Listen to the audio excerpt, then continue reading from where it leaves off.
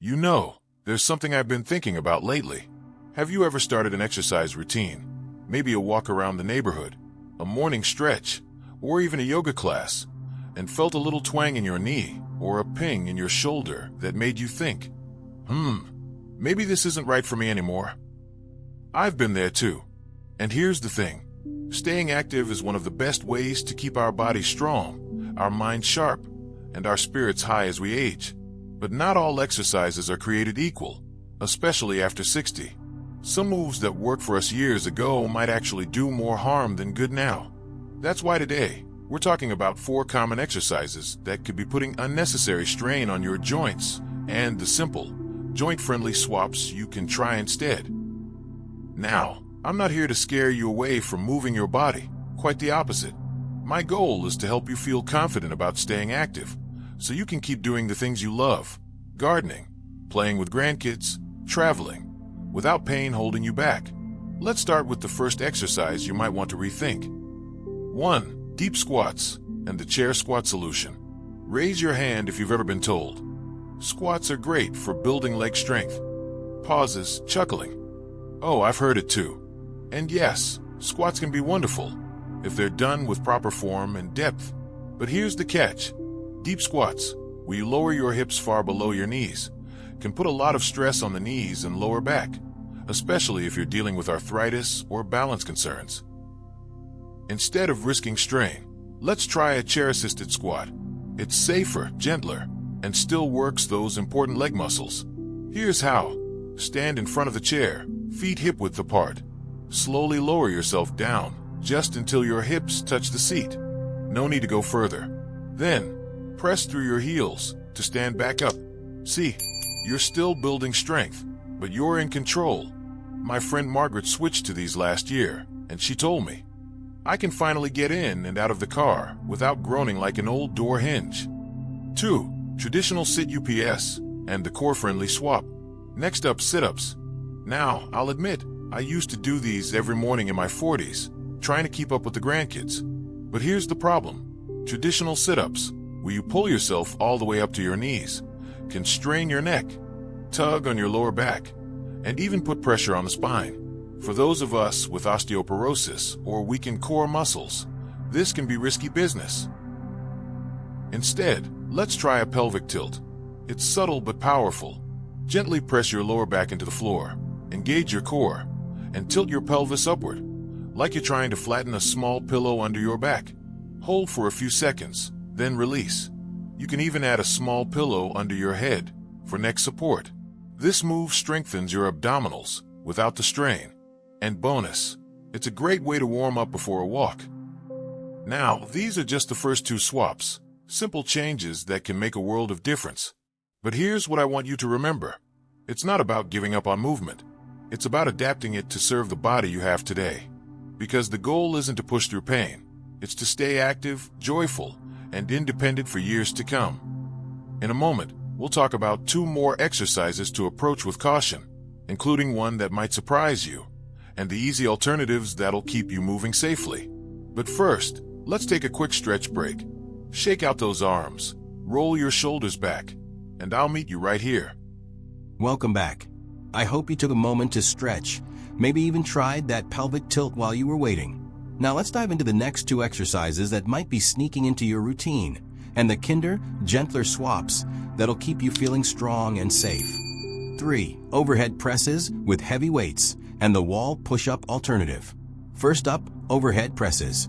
Now I know what you're thinking, but lifting weights is good for bone density. And you're absolutely right. But here's the thing. Lifting heavy dumbbells straight overhead can put a lot of strain on your shoulders, especially if you've got any stiffness or rotator cuff issues. My neighbor, Frank, learned this the hard way after his Weekend Warrior session left him reaching for the ice pack. Instead of risking shoulder strain, let's try wall push-ups. They're fantastic for building upper body strength without the stress. Stand about arm's length from the wall, palms flat. Slowly bend your elbows, bringing your chest toward the wall, then push back to start. You can even adjust the difficulty by moving your feet closer or farther away. The best part? you're still working those arms, chest, and shoulders, just in a way that's friendlier to your joints.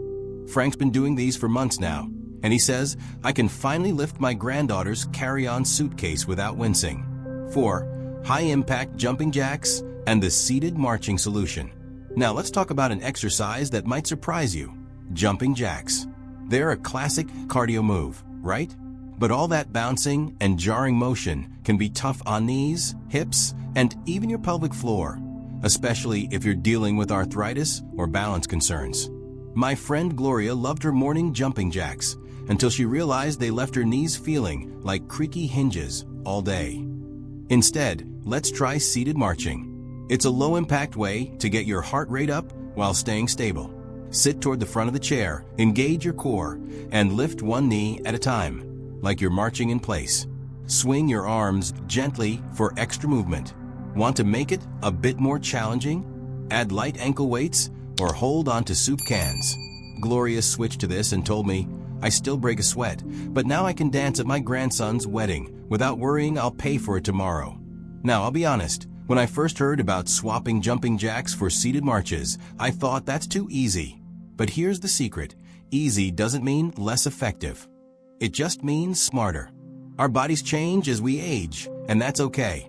What matters is finding ways to stay active that honor where we are right now, not where we were 30 years ago.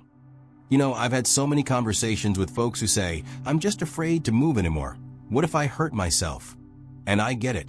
Fear can be paralyzing. But that's why these swaps are so powerful. They let you take charge of your health without the worry. Because staying active isn't about pushing through pain. It's about finding joy in movement again. Think about it. Maybe it's walking to the mailbox without getting winded, playing fetch with the dog, or finally tackling that closet reorganization you've been putting off. Those little victories add up.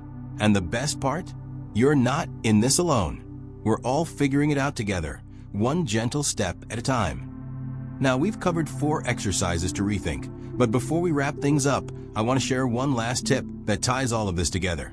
It's not just about swapping moves. It's about listening to your body, celebrating progress, and staying consistent. So grab a glass of water, take a deep breath, and let's finish strong. All right, let's talk about that final tip I promised, the one that ties everything together. It's not a specific exercise or a fancy gadget. It's something we all have, but sometimes forget to use. Listening to our bodies. You see, Margaret, Frank, Gloria, they all learned to tweak their routines not because someone told them to, but because they paid attention to those little signals. A twinge in the knee. Maybe it's time to swap deep squats for chair-assisted ones. Shoulders feeling stiff after lifting?